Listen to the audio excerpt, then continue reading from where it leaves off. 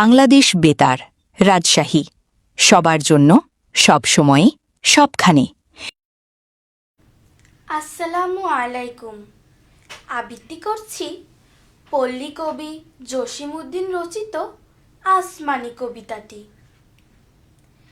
আসমানি রে দেখতে যদি তোমরা সবে চাও, রহিমউদ্দির ছোট্ট বাড়ি রসুলপুরে যাও। বাড়ি তো নয়, পাখির বাসা, ভেন্না পাতার ছানি। একটুখানি বৃষ্টি হলেই গড়িয়ে পড়ে পানি। একটুখানি হাওয়া দিলে ঘর নড়বড় করে। তারই তলে আসমানিরা থাকে বছর ভরে। পেটটি ভরে পায় না খেতে, বুকের কখান হাড় সাক্ষী দেছে অনাহারে কদিন গেছে তার। মিষ্টি তাহার মুখটি হতে হাসির প্রদীপ রাশি, থপরেতে নিভিয়ে গেছে দারুণ অভাবাসী। পরনে তার শতেক তালির শতেক ছেঁড়া বাস, সোনালি তার গা বরণে করছে উপহাস।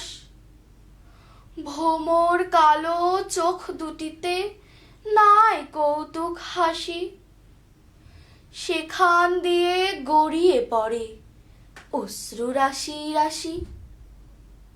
বাঁশির মতো সুরটি গলায় ক্ষয় হলো তাই কেঁদে, হয়নি সুযোগ লয় যে সে সুর গানের সুরে বেঁধে।